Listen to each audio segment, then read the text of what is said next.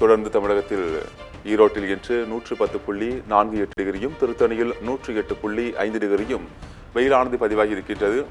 காலை 11 மணி முதலே வெயிலின் தாக்கம் அதிகரித்து காணப்பட்ட நிலையில் 11 மணி அளவிலேயே 14 மாவட்டங்களில் 100 டிகிரிக்கும் அதிகமான வெயில் பதிவாகியிருந்தது. தமிழ்நாட்டில் தற்போது தொடர்ந்து வெயிலின் தாக்கமானது அதிகரித்து வருகின்றது.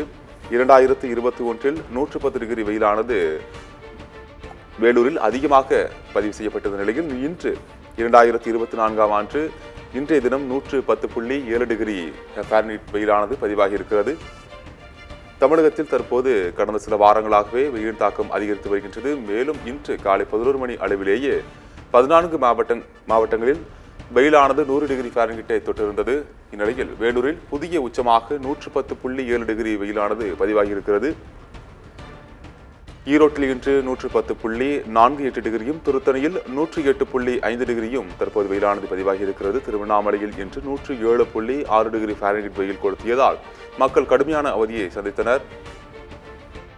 புதிய உச்சமாக வேலூரில் 110.7 டிகிரி வெயிலானது இன்று பதிவாகி இருக்கிறது. 2021க்கு பின்பு 2024ஆம் ஆண்டு இன்று 110.7 டிகிரி வெயிலானது அங்கு பதிவாகி இருக்கிறது.